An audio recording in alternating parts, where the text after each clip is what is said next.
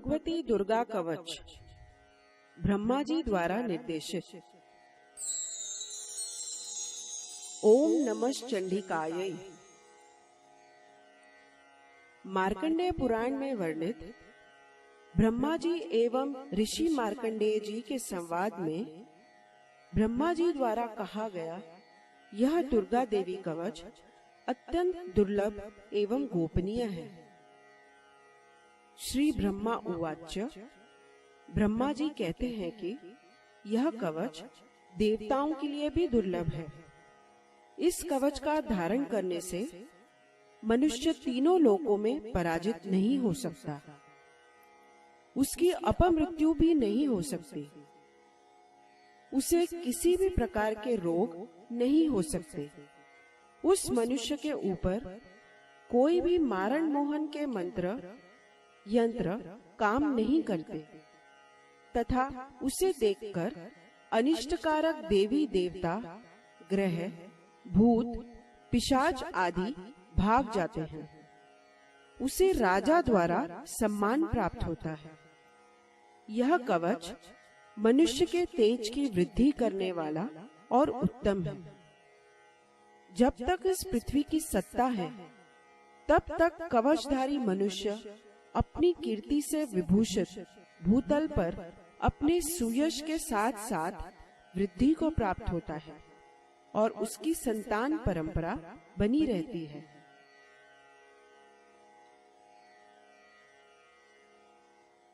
इस कवच के ऋषि ब्रह्मा जी हैं। छंद यानी गाने की शैली अनुष्टुप है। इस कवच की प्रमुख देवता देवी चामुंडा है। देवी माँ के नामों से अंगों में न्यास करना या स्थित होने की भावना करना ही इसका बीज है।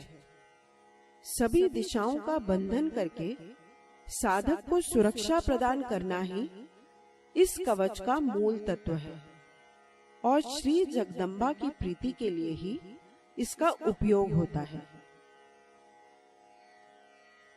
इस कवच का पाठ करते समय हमें इस प्रकार देवी का ध्यान करना चाहिए।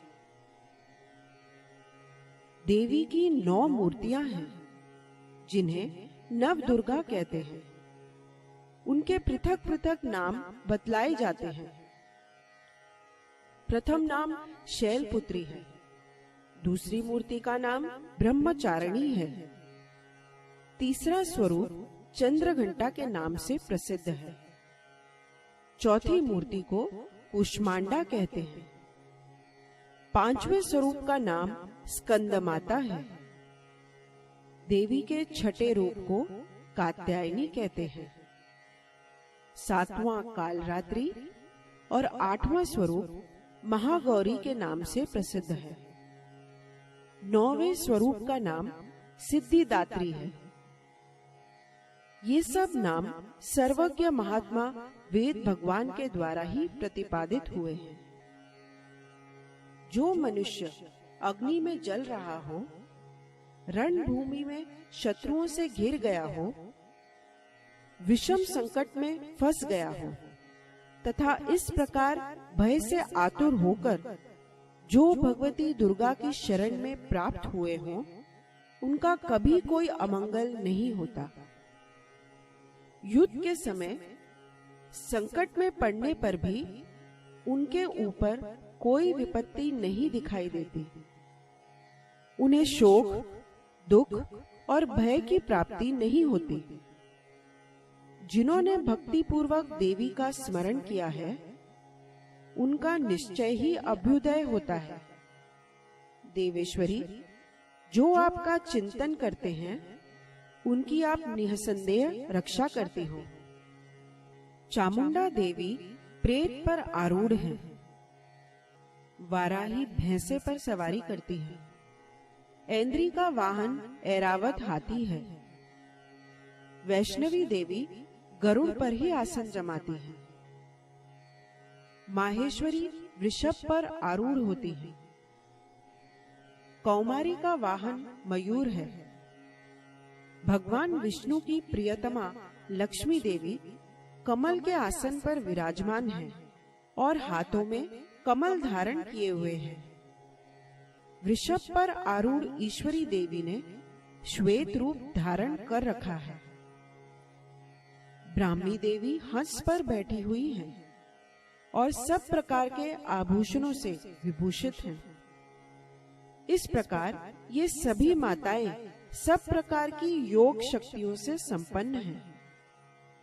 इनके सिवा और भी बहुत सी देवियां हैं जो अनेक प्रकार के आभूषणों की शोभा से युक्त तथा नाना प्रकार के रत्नों से सुशोभित हैं। ये संपूर्ण देवियां क्रोध में भरी हुई हैं और भक्तों की रक्षा के लिए रथ पर बैठी दिखाई देती हैं। ये शंख, चक्र, गदा, शक्ति, हल और मूसल, खेटक और तोमर, परशु तथा पाश, कुंत और त्रिशूल एवं उत्तम शारंग धनुष आदि अस्त्र शस्त्र अपने हाथों में धारण करती हैं। दैत्यों के शरीर का नाश करना, भक्तों को अभय दान देना और देवताओं का कल्याण करना, यही उनके शस्त्र धारण का उद्देश्य है। कवच आरंभ करने के पहले इस प्रकार प्रार्थना करनी चाहिए। महान रौद्र रूप, अत्यंत घोर पराक्रम, महान बल और महान उत्साह वाली देवी, आप महान भय का नाश करने वाली हो। आपको नमस्कार है। आपकी ओर देखना भी कठिन है। शत्रुओं का भय बढ़ाने वाली जगदम्बिके, मेरी रक्षा करो। पूर्व दिशा में ऐन्द्री मेरी रक्षा करे। अग्निकोण में अग्नि शक्ति, दक्षिण दिशा में वाराही तथा नैऋत्य कोण में खड़ग धारिणी देवी मेरी रक्षा करे। पश्चिम दिशा में वारुणी और वायव्य कोण में मृग पर सवारी करने वाली देवी मेरी रक्षा करे। उत्तर दिशा में कौमारी और ईशान कोण में शूल धारिणी देवी मेरी रक्षा करे। ब्रह्माणी, आप ऊपर की ओर से मेरी रक्षा करो और वैष्णवी देवी नीचे की ओर से मेरी रक्षा करे। इसी प्रकार शव को अपना वाहन बनाने वाली चामुंडा देवी दसों दिशाओं में मेरी रक्षा करे। जया आगे से और विजया पीछे की ओर से मेरी रक्षा करे। वाम भाग में अजिता और दक्षिण भाग में अपराजिता रक्षा करे। उद्योतिनी शिखा की रक्षा करे। उमा मेरे मस्तक पर विराजमान होकर रक्षा करे। ललाट में मालाधरी रक्षा करे और यशस्विनी देवी मेरे भवों का संरक्षण करे। भवों के मध्य भाग में त्रिनेत्रा और नथुनों की यम घंटा देवी रक्षा करे। दोनों नेत्रों के मध्य भाग में शंखिनी और कानों में द्वारवासिनी रक्षा करे। कालिका देवी कपोलों की और भगवती शांकरी कानों के मूल भाग की रक्षा करे। नासिका में सुगंधा और ऊपर के ओठ में चर्चिका देवी रक्षा करे। नीचे के ओठ में अमृत कला और जिह्वा में सरस्वती देवी रक्षा करे।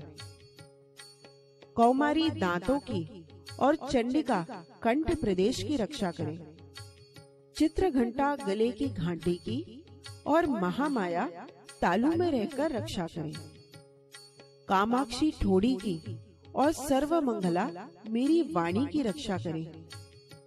भद्रकाली ग्रीवा में और धनुर्धरी पृष्ठवंश में रहकर रक्षा करे। कंठ के भारी भाग में नीलग्रीवा और कंठ की नली में नलकुबरी रक्षा करे। दोनों कंधों में खड़गिनी और मेरी दोनों भुजाओं की वज्रधारिणी रक्षा करे। दोनों हाथों में दंडिनी और उंगलियों में अंबिका रक्षा करे।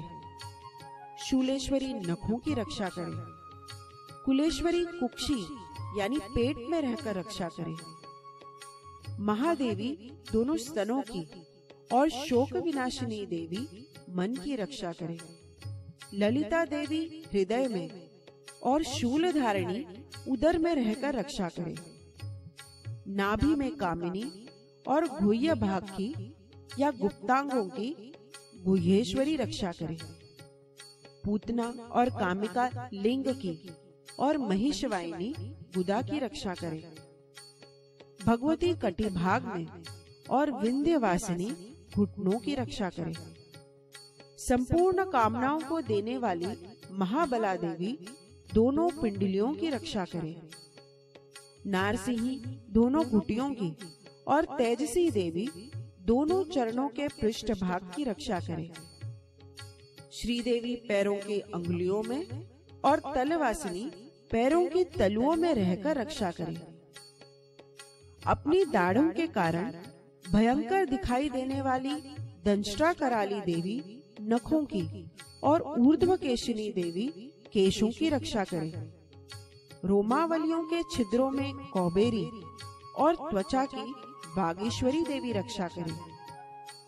पार्वती देवी रक्त, मज्जा, वसा, मांस, हड्डी और मेद की रक्षा करे।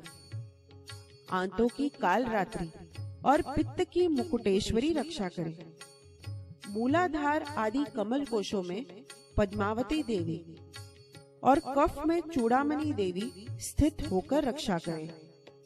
नख के तेज की ज्वालामुखी रक्षा करे। जिसका किसी भी अस्त्र से भेदन नहीं हो सकता, वह अभेद्या देवी शरीर की समस्त संधियों में रहकर रक्षा करे। ब्रह्माणी, आप मेरे वीर्य की रक्षा करें। छत्रेश्वरी छाया की और धर्मधारिणी देवी मेरे अहंकार, मन और बुद्धि की रक्षा करें। हाथ में वज्र धारण करने वाली वज्रहस्ता देवी मेरे प्राण, अपान, व्यान, उदान और समान वायु की रक्षा करें।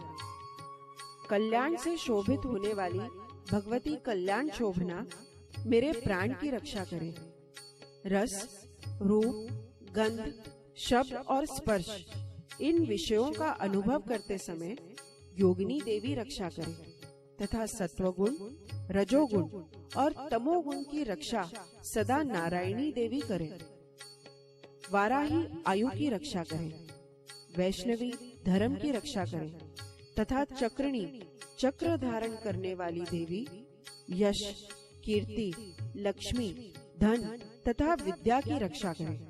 इंद्राणी, आप मेरे गोत्र की रक्षा करें। चंडिके, आप मेरे पशुओं की रक्षा करो।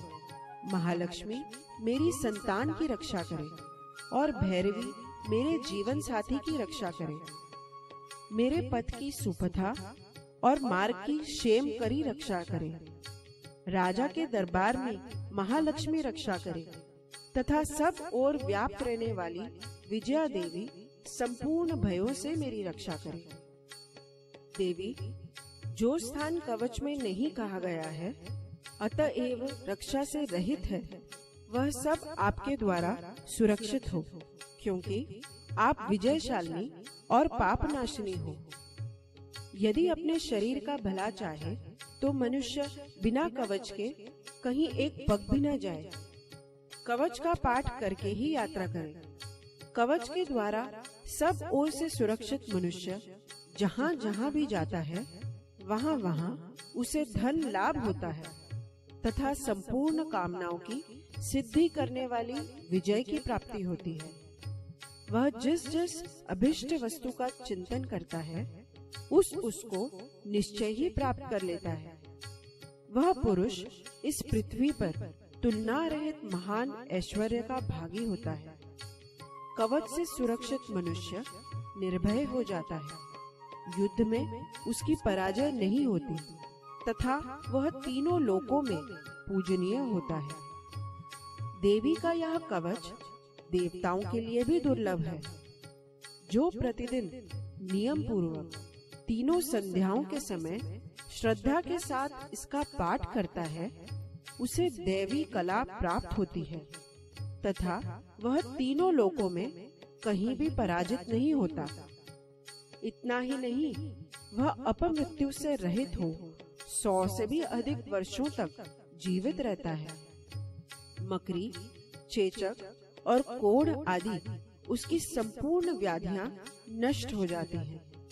कनेर, भांग, अफीम, धतूरे आदि का स्थावर विष, सांप और बिच्छू आदि के काटने से चढ़ा हुआ जंगम विष तथा अहिफेन और तेल के संयोग आदि से बनने वाला कृत्रिम विष, ये सभी प्रकार के विष दूर हो जाते हैं, उनका कोई असर नहीं होता।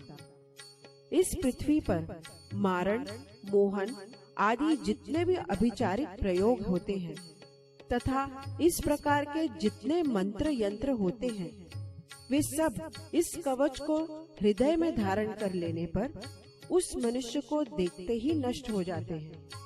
ये ही नहीं, पृथ्वी पर विचरने वाले ग्राम देवता, आकाशचारी देव विशेष, जल के संबंध से प्रकट होने वाले गण, उपदेश मात्र से सिद्ध होने वाले निम्न कोटि के देवता, अपने जन्म के साथ प्रकट होने वाले देवता, कुल देवता, माला, डाकिनी, शाकिनी, अंतरिक्ष में विचरने वाली अत्यंत बलवती भयानक ढाकनियां, ग्रह, भूत, पिशाच, यक्ष, गंधर्व, राक्षस, ब्रह्म राक्षस, बेताल, कुष्मांड और भैरव आदि अनिष्टकारक देवता भी हृदय में कवच धारण किए रहने पर उस मनुष्य को देखते ही भाग जाते हैं।